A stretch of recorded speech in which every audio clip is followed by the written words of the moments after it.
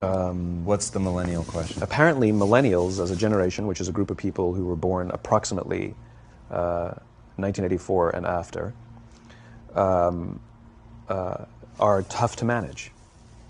And they're accused of being entitled and narcissistic and self-interested, unfocused, lazy. But entitled is the big one. And because they confound leadership so much, what's happening is leaders are asking the millennials, what do you want? And millennials are saying, we want to work in a place with purpose, love that. We want to make an impact, you know, whatever that means. We want free food and beanbags. And so somebody articulates some sort of purpose, there's lots of free food and there's beanbags, and yet for some reason, they're still not happy. And that's because they're missing, there's a missing piece. What I've learned is that I can break it down into four pieces, right? There are four things, four characteristics. One is parenting, the other one is technology, the third is impatience, and the fourth is environment. The generation that we call the millennials, too many of them grew up subject to, not my words, failed parenting strategies, you know? Where, for example, they were told that they were special all the time. They were told that they could have anything they want in life, just because they want it, right? They were told, some of them got into honors classes, not because they deserved it, but because their parents complained. And some of them got A's, not because they earned them, but because the teachers didn't want to deal with the parents. Some kids got participation medals. You got a medal for coming in last, right? Which the science we know is pretty clear, which is it devalues the medal and the reward for those who actually work hard, and it actually makes the person who comes in last feel embarrassed because they know they didn't deserve it, so it actually makes them feel worse, right?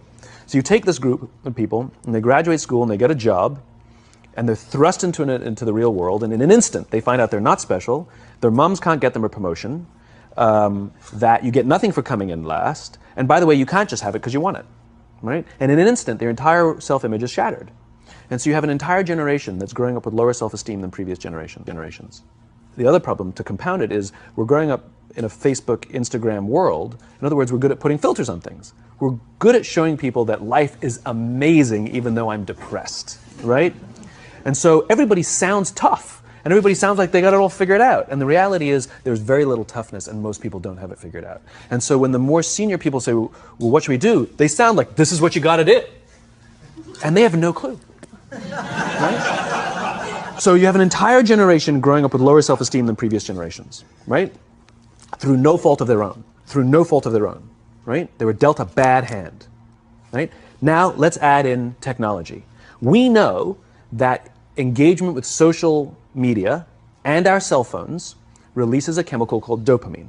That's why when you get a text, it feels good, right? So, you know, we've all had it where you're feeling a little bit down or feeling a bit lonely, and so you send out 10 texts to 10 friends, you know, hi, hi, hi, hi, hi, because it feels good when you get a response, right?